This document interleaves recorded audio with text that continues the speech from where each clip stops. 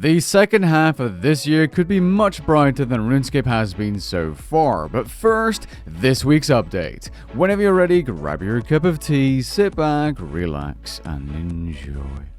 I might be more of a Varrock person myself, but the latest graphical rework to hit the live game, to Rellekka aka the Fremennik province, is looking really good. A substantial amount of land has been updated. The woods surrounding the town itself, and the snowy and icy area. This is by far my favorite part of the update because I just really like snowy and icy, just wintry biomes. Now, the update isn't perfect. There are a couple of bugs like collision issues and graphical things that just don't seem right. For example, the water here on the ice, it seems to be flowing upwards, but the water clearly isn't supposed to be going there because it's going underneath, otherwise there wouldn't be any snow. And some areas part of Rellekka, like the water birth island, do not seem to be updated at all. Thankfully though, the lighthouse was updated and it looks really good. Overall though, fantastic update, and I'm sure these little problems will be fixed quite soon.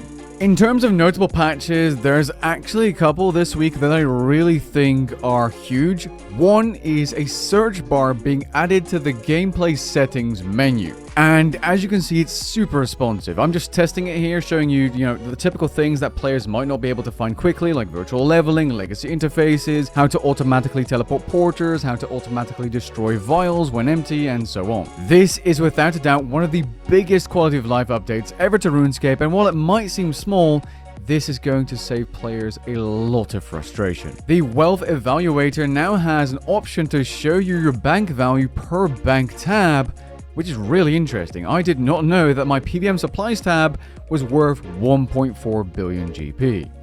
Nice. And yes, for the eagle-eyed among you, my bank valuation hasn't changed much over the past 1 or 2 years simply because I haven't been accumulating wealth. Another really neat change is that Barrow's puzzle you do just before getting your loot will no longer be closed out if you get hit by a weak mob. Nice.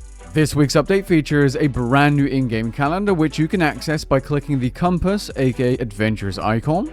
In this calendar you'll find last week's, current week's, and sometimes future updates, community-hosted events, news, and events such as Double XP. Now, regarding future events or upcoming updates, don't expect this to be your roadmap because you're not going to be able to look far into the future. However, we are finally getting the roadmap we as players want. What content is coming to RuneScape in 2024 is being revealed on Tuesday, May the 14th in a live stream, followed by a news post. And of course, you can expect a video summary of this information on my channel, so be sure to subscribe if you don't want to miss it. While this does sound very exciting, and I'm really glad to see the announcement of the announcement, a typical thing Jagex likes to do, I do have to say that you should probably keep your expectations low. Yes, the communication seems to be improving, and we kind of already know what's coming in July, but the fact that it's taken until mid-May to announce what kind of content we can expect approximately for the entire year isn't a good look for a company this big. The reason I'm saying this is that if you keep your expectations low, the amount of disappointment you're going to experience is going to be lower if it's just like 1 or 2 quests, small quests, and another graphical rework, and then game jam projects that we already know about, like the Osseous boss. I'm hoping to be pleasantly surprised with something a little bit on the larger scale, or perhaps a higher amount of quantity in terms of updates, but we're just going to have to wait and see, guys. So far though, Jagex hasn't been doing all too well this year, so I'm hoping they can redeem themselves in the second half.